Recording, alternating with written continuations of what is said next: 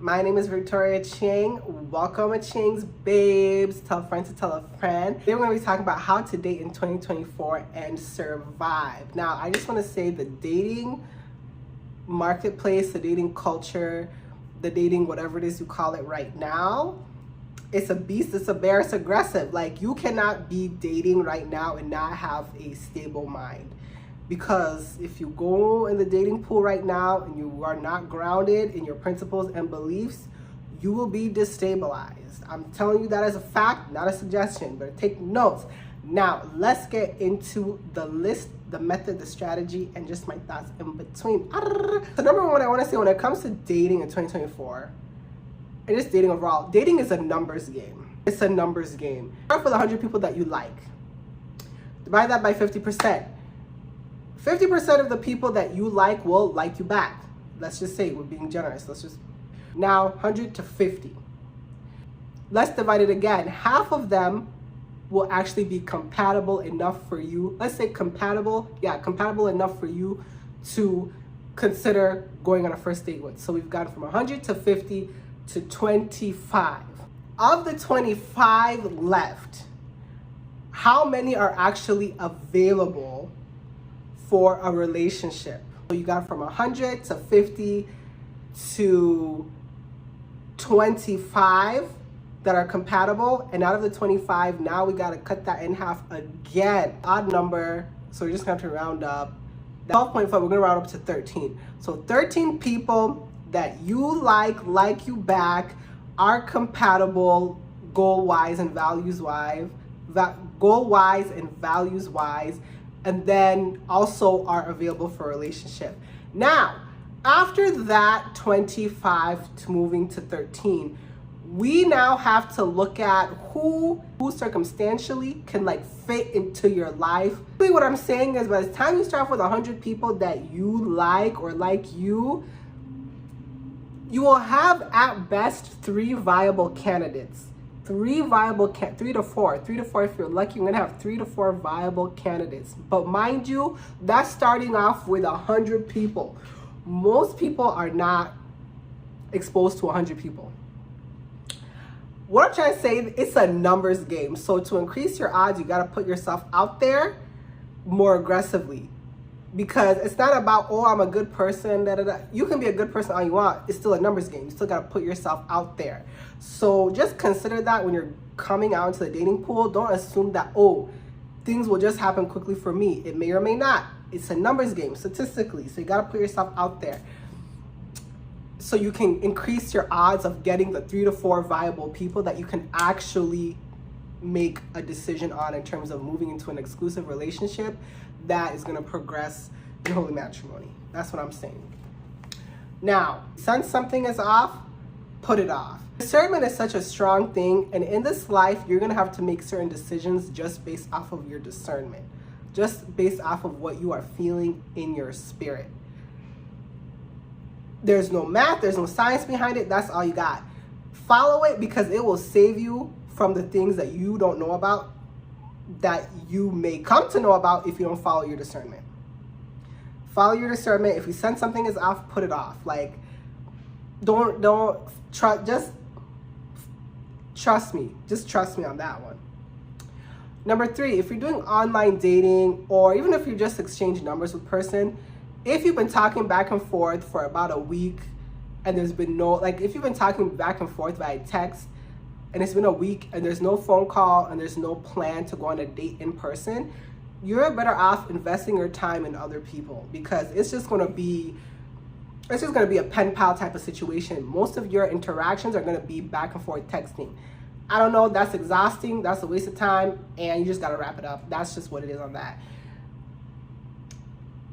Yeah. Point number 4. Dating equals interview equals data collection. Now, I know some people don't like to say, oh, dating should not be treated like an interview. But at the same time, if you're a smart person, if you're dating intentionally, then to a degree, dating is going to be an interview. You're going to be asking certain questions. You're going to be asking pointed questions. You can't just leave the first date off of just vibes. Like, oh yeah, we just had it. Like, what were you talking about? What information did you get to know about a person? Like, how how beneficial was the first date in terms of data collection? Now, I'm not saying that you should like have a paper and a pen and just be like reading off and writing off certain questions and ticking off certain boxes. I don't think so. Mentally, you should be doing that, but practically, you know, it should be conversational. You could be able to banter, laugh here and there, blah, blah, blah. Like, you should be a good conversationalist to the best of your ability. And within that conversation, you should be asking and getting data collection, because I found that mindless dating is only going to waste your time. If you want to go off of vibes, it's going to be trouble for you, man. It's going to be wasted time and more wasted time. That's just what I feel like. So dating, it is a type of interview. You are getting data collection, but the point is to do it with like suave, you know, do it composed, do it in a way that is still conversational, banter light. You know what I'm saying? Yeah, that's just what it is. Point number 1, 2, 3, 4, 5. Now, I gotta talk about the dating apps. And I'm gonna say this. If you're gonna go on a Christian dating app, I just want you to know that just because you're on a Christian dating app does not mean you're necessarily gonna get better interactions from so-called Christian men as opposed to men who are not Christian who are on secular dating apps. Listen, you can be on a Christian dating apps and some people can bring up some conversations that make you wonder, like, what Christianity are you talking about? So don't think that, oh, just because I'm in a Christian space and it's clear people are dating, don't assume that people are dating for the purpose of marriage. Don't assume that people who are calling themselves Christian actually live that way. And a lot of people can spit game and quote scriptures, but when you interact with them and hear what comes out of their mouth, it's suspicious. Don't assume that just because you're a Christian dealing with a Christian, or just because you're a Christian dating in a Christian space or a Christian specific context, don't assume that you should relax and have your guard down, or that, oh, we both have the same morals. Do not assume that, because a lot of people are calling themselves many things, but when you look at their life, it reflects nothing. It reflects nothing close to what they're saying they represent, which is Christ. So there's that. Also, another point, 1, 2, 3, 4, 5, 6 points. This is my 6th point. This is my last point. When you go on a date, especially as a woman, you're not going there to make them like you. You're not going there to make him like you. You're going there to see if you like him. I found that a lot of women, when they go to dates, they're trying to like sell themselves and be like, oh yeah, I'm good for you, I'm good for you. No. Whether you think I'm good for you or not, that's not my business, because I'm the business. My prerogative is to know if I like you. So you should go with that type of mindset. Like, I'm not here to convince you of nothing. I'm here to see if you match my flow, if you match my rhythm, if you match my tempo, if you match my vibe, if you match my style, if you is the business. That's what you're doing. That's what you're doing. So be empowered. Don't feel like you're on the auction block. No, honey. We never move like that. So I feel like I have other things I could share, but right now I'm gonna limit it to those 6 points. Dating is a numbers game. Put yourself out there. Just because you're a good person, and so what? If people don't know you exist, that's the end of it. It's a numbers game. It's a numbers game. Number 2, if you sense something is off, put it off. Don't go further. Rather be safe than sorry. That's it. Discernment, prayer and discernment. Number 3, if you're talking via text for about a week, whether it's a person that you exchanged numbers with that you met in person or on a dating app, if it's been a week and there's been no phone call, no conversation about a date in person, you're gonna invest your energy elsewhere, because it looks like you're wasting time and you just want to be a pen pal. Number 4, dating is a type of interview. It is data collection. There's nothing wrong with that. Just be suave, just be strategic, and be a good conversationalist. And if you don't know how, YouTube. And point number 1, 2, 3, 4. Point number 5, just because you're in a religious dating space, that the men on those apps will have the same morals and values as you do. Lastly, when you're dating, don't put yourself in an auctioning block. You're not trying to make people like you. You're trying to see if you like them enough.